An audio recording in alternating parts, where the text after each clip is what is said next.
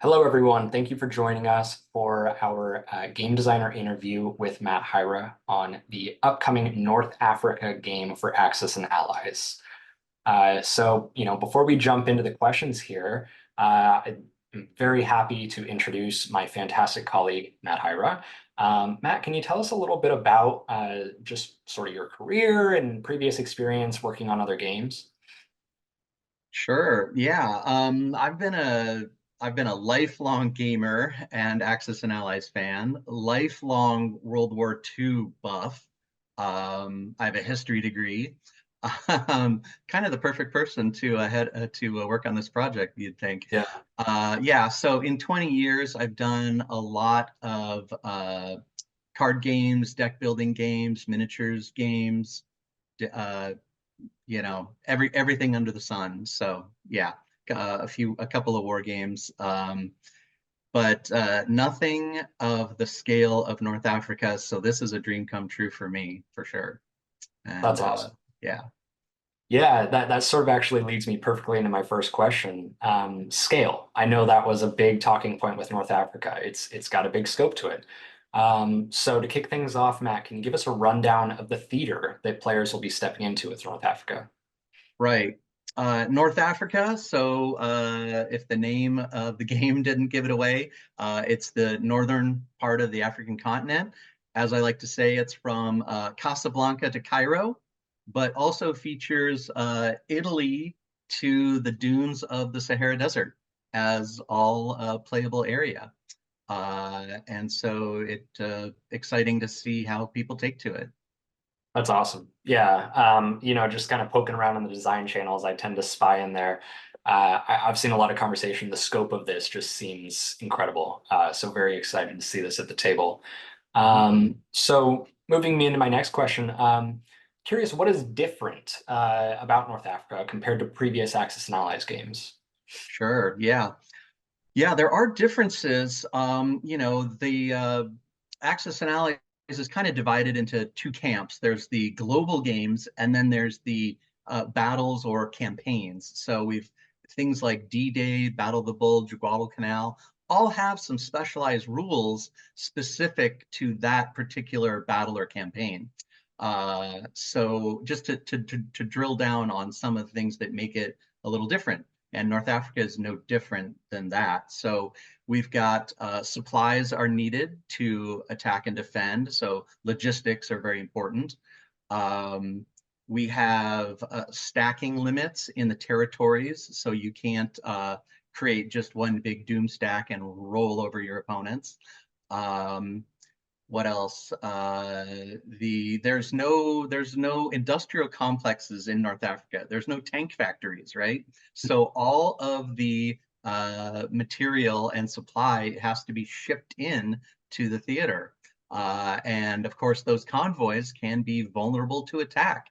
Malta was a huge thorn in the side for the Axis with its fighters and bombers and even naval units. So intercepting units on their way to the coast is something you need to be prepared for and protect your convoys. How about that?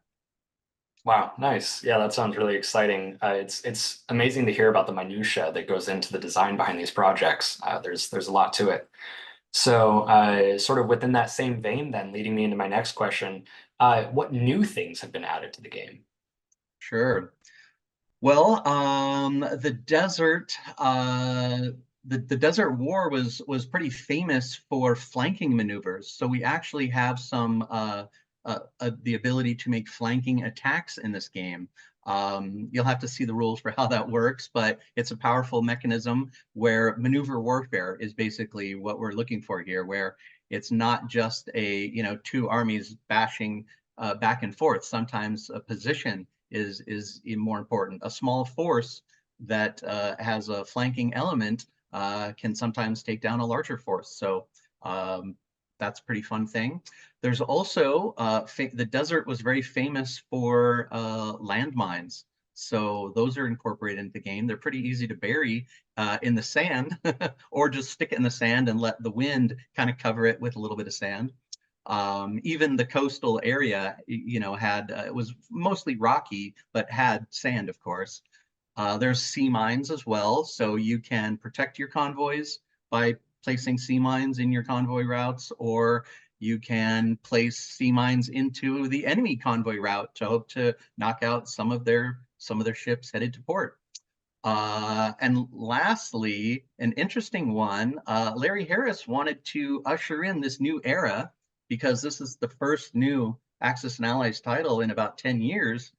The game uses 10-sided dice for all rolls, and that offers a little bit of wiggle room for units to sometimes have different attack and defense numbers. So, because there's just more numbers to work with. Right. Yeah, that's really cool. Those elements sound super exciting. Sounds like it adds a lot of variance to the gameplay, a lot of different ways that you can strategize with those different elements. Yeah. That's awesome. Excited to play it. So speaking of Larry Harris, you mentioned him. I know you worked alongside him on previous Renegade editions for Axis and Allies games. Mhm. How involved was Larry with the development of North Africa?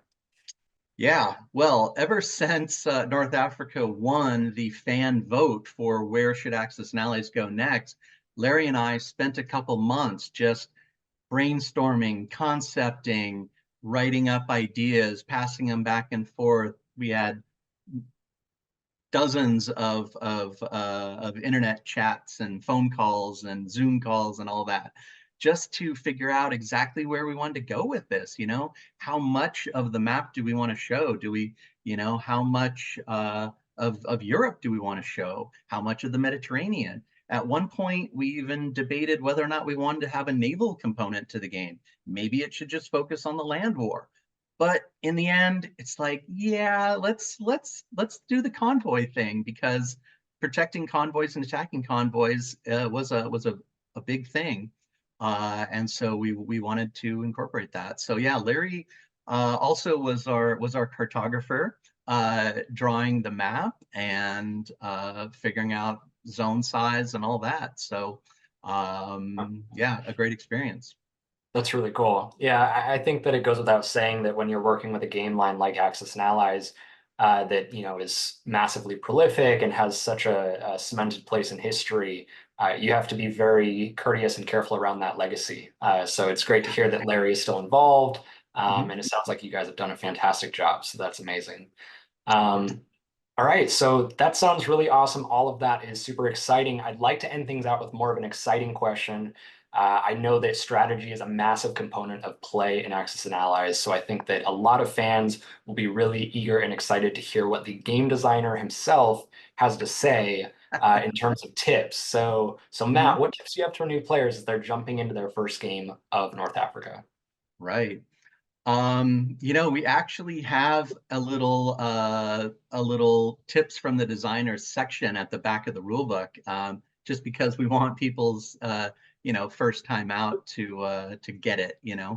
because there are differences and it can be hard to process those in your first game, which actually leads me to something I would recommend for everyone is when you buy the game and get it home, you're the person who's going to have to teach your friends how to play. So you might want to set up the game. Uh, Also, did we mention that there's two different scenarios? There's a full campaign which is called Rommel's Last Push.